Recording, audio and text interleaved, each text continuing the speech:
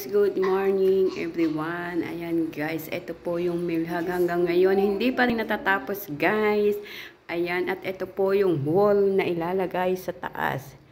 Pink ang kulay guys. Ayan po, dito po yan ilalagay.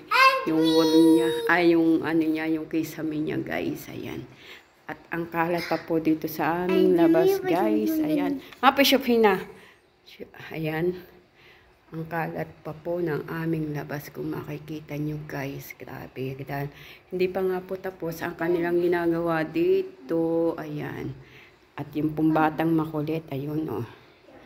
Ayan guys. Ang ganda po nito pag yung ano siya. Yung naayari siguro. Pinalakihan lang siya guys. Ayan o. Ayan. Pinaltan ng tiles.